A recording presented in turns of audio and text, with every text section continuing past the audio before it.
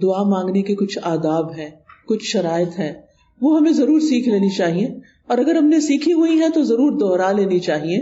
اور اس کا فائدہ کیا ہے کہ اس سے ہماری دعائیں قبول بھی ہوں گی اور ہمارے دل میں ایک اطمینان بھی پیدا ہوگا. تو ابن قیم نے چند سطروں میں دعا کا خوبصورت نچوڑ پیدا کیا ہے. وہ کہتے ہیں کہ وہ کون سی اہم چیزیں ہیں جو کسی انسان کو دعا کرتے ہوئے معلوم ہونی چاہیے، اور اس کے آخر میں انہوں نے یہ جملہ کہا ہے پورے یقین کے ساتھ کہ جو ان شرائط کو پورا کر کے دعا کرے گا وہ دعا کبھی رد نہیں ہوگی، یعنی اس کی دعا کبھی رد نہیں ہوگی. تو آج کا موضوع بھی یہی ہے کہ وہ کون سی دعا ہے جو رد نہیں ہوتی، یعنی وہ کس طریقے سے مانگی ہوئی دعا ہے جو ضرور قبول ہو جاتی ہے. اور یہ باتیں انہوں نے اپنی کتاب الجواب الکافی لمن سأل عن الدواء الشافی، اردو میں بھی کتاب آپ نے اس کا ترجمہ دیکھا ہوگا دوائے شافی کے نام سے.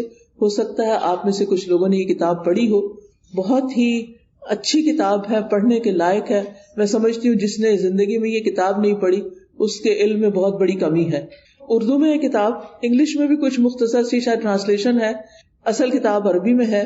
اگر آپ کو اردو نہیں بھی سمجھ آتی، نہیں پڑھ سکتے، تو کم از کم آپ اس کے آڈیو لیکچر سن سکتے ہیں. قرآن فار آل ایک ایپ ہے جس میں دوائے شافی کے سارے لیکچرز ریکارڈڈ موجود ہیں.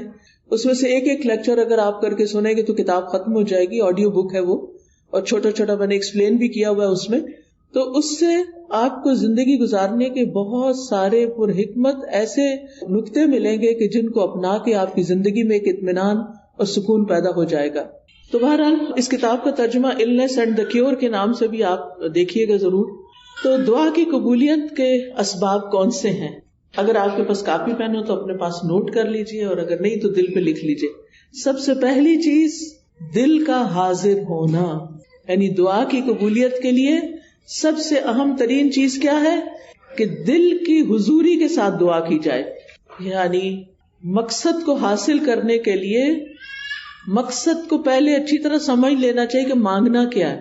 پھر مانگنے کے لیے الفاظ کیا ہونے چاہیے، کیونکہ آپ دیکھیے جتنے اچھے الفاظ سے آپ مانگتے ہیں نا، اور جتنے پیار سے مانگتے ہیں، جتنی عاجزی سے مانگتے ہیں، تو جو آپ مانگتے ہیں وہ آپ کو مل جاتا ہے.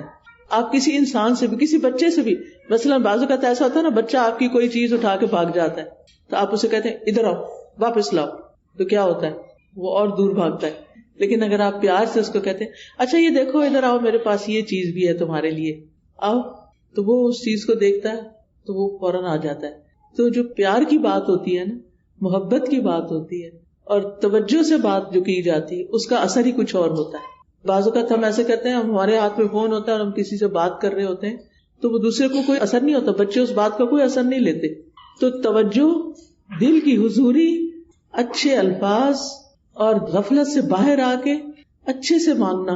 کیونکہ حدیث میں آتا ہے وَاعْلَمُوا أَنَّ اللَّهَ لَا يَسْتَجِيبُ دُعَاءً مِّن قَلْبٍ غَافِلٍ لَاهٍ، جان لو بے شک اللہ غافل اور لہو لعب یعنی کھیل کود میں مبتلا دل کی دعا قبول نہیں کرتا. یعنی دھیان ہمارا کہیں اور لگا ہوا ہے، کان ہمارے کہیں اور لگے ہوئے ہیں، اور ہم صرف زبان سے کوئی کتاب اٹھا کے، آج کل تو بہت سہولت ہو گئی ہے نا کہ خود سے سوچنا بھی نہیں پڑتا کیا مانگنا ہے، بس بک اٹھائی دعاؤں کی، یا کوئی کارڈ اٹھا لیا، یا پھر کوئی ایپ کھول لی اور لفظ پڑھنا شروع کر دیے. ٹھیک ہے وہ بھی دعائیں ہیں، لیکن ان کو بھی سلیقے سے پڑھنے کی ضرورت ہے. ان پر بھی جب آپ پڑھتے ہیں نا تو صرف ایسے نہیں کہ قرآن کی تلاوت کر رہے ہیں بغیر سوچے سمجھے تو دعائیں بھی بغیر سوچے سمجھے پڑھتے چلے جائیں، ایسا نہیں کرنا، بلکہ جو کچھ بول رہے ہیں اس کو سمجھنا بھی ہے، کیا مانگ رہے ہیں، کیوں مانگ رہے ہیں. لہذا ہمیں غفلت سے نکلنا ہے، دل حضوری کے ساتھ مانگنا ہے، ڈسٹریکشن سے بچنا ہے. جو آپ کی خاص خاص دعائیں نا وہ ایسے وقت میں کیا کریں جب ڈسٹریکشن نہ ہو. کیونکہ بعض اوقات آپ دعا مانگ رہی ہیں اور ادھر سے بچہ آپ کو کھینچ رہا ہے، ادھر سے فون بج رہا ہے، ادھر سے کوئی گھر کے باہر کھڑا ہے، ادھر سے آپ کو خوشبو آ رہی ہے کہ ہنڈیاں جل رہی ہے. اب آپ سوچیں کیا دعا مانگی جائے گی، کیسی دعا ہوگی وہ، اور پھر اس میں قبولیت کیا ہوگی. جب آپ کو خود ہی پتہ نہ ہو، کان کہیں لگے، آنکھیں کہیں لگے، ناک کہیں لگے، کیا پتہ چلے گا کیا مانگا کیا نہیں مانگا. لہٰذا ایسے وقت میں مانگے جب آپ اکیلے ہوں، تنہا ہوں، آپ اور آپ کا رب ہو، پھر آپ اسے چپکے چپکے سرگوشیاں کریں. اذ نادى ربه نداء خفيا، زکریا علیہ السلام نے اپنے رب کو پکارا تھا چپکے خفیہ خفیہ، ادعوا ربکم تضرعا وخفیہ، عاجزی اور زاری بھی ہو اور چپکے مناجاتیں بھی ہوں، کیونکہ دعا کرتے وقت جذبات بھی ساتھ ہونے چاہیے، یعنی اللہ کی رحمت کو محسوس کرنا چاہیے، اللہ کا شکر ادا کرنا چاہیے کہ اس نے توفیق دی ہے، اور پھر اس یقین کے ساتھ کہ اللہ بڑا مہربان ہے، رحم فرمانے والا ہے، وہ اس وقت بھی سن رہا ہے، وہ میرے دل کی حالت جانتا ہے، اور وہ کچھ دے سکتا ہے جو میں مانگ رہی ہوں۔ جب آپ بندوں سے کچھ مانگتے ہیں نا تو بعض اوقات ان کے پاس ہوتا بھی ہے، وہ نہیں دیتے، لیکن اللہ تعالیٰ جب دیتے ہیں تو اس کے خزانوں میں تو کمی ہوتی ہی نہیں۔ بندوں کو تو یہ خوف ہوتا ہے نا، ہم نے دے دیا تو ہمارا کیا بنے گا، ہر دفعہ ایسے ہی ہوتا ہے نا، کوئی ہم سے کچھ مانگ لے تو پہلے ہم سوچتے ہیں ہمارا کام چلے گا دینے کے بعد، بس اتنا ہی دیتے ہیں جتنا ہم بس دینا چاہتے ہیں، اس سے آگے نہیں۔ اللہ سبحانہ و تعالیٰ کے خزانے بھرے ہوئے ہیں، جب سے زمین و آسمان بنا ہے وہ خرچ کیے چلے جا رہا ہے، لیکن اس کے خزانوں میں قطرے برابر بھی کمی نہیں ہوئی، قطرے برابر بھی کمی نہیں ہوئی۔ اس کو کیا فرق پڑتا ہے؟ اور جب ہم یہ جانتے ہیں کہ زمین و آسمان کی ہر چیز اس کے کنٹرول میں ہے، وہ بادشاہ ہے، وہ مالک ہے، اور وہ دینے پہ پوری طرح قادر ہے، تو پھر ہم اس امید کے ساتھ مانگیں۔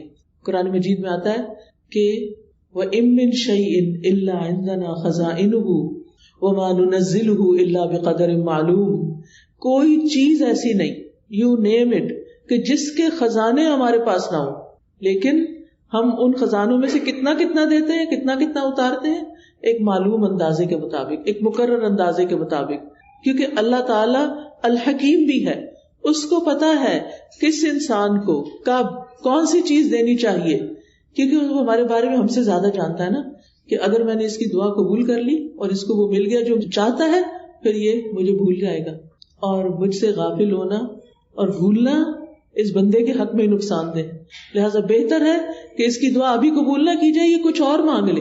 یعنی بعض لوگوں کی دعا صرف اس لیے قبول نہیں کی جاتی کہ ان کا رونا اللہ کو پسند ہوتا ہے، ان کا مانگتے رہنا اللہ کو پسند ہوتا ہے، کیونکہ جب ہم دکھی ہوتے ہیں، تکلیف میں ہوتے ہیں، پریشان ہوتے ہیں، تو پھر ہم اللہ کی طرف رجوع کرتے ہیں، اور جب ہماری ضروریات پوری ہو جاتی ہیں تو پھر ہم کیا کرتے ہیں، پھر تو ہم نماز پڑھنا بھی بھول جاتے ہیں، پھر ہم صدقہ خیرات دینا بھی بھول جاتے ہیں۔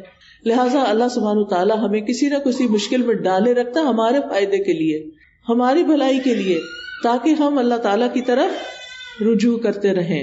نبی صلی اللہ علیہ وسلم نے فرمایا ادعوا اللہ وانتم موقنون بالاجابہ، تم اللہ سے مانگو اس یقین کے ساتھ کہ تمہاری دعا ضرور قبول کی جائے گی، پورا یقین ہو۔ لہٰذا جب آپ کو یقین آئے گا نا تو غفلت بھی دور ہو جائے گی، دعا میں دل حاضر رہے گا، اور آپ اس طرح دعا کی قبولیت کی پہلی شرط پوری کر دیں گے۔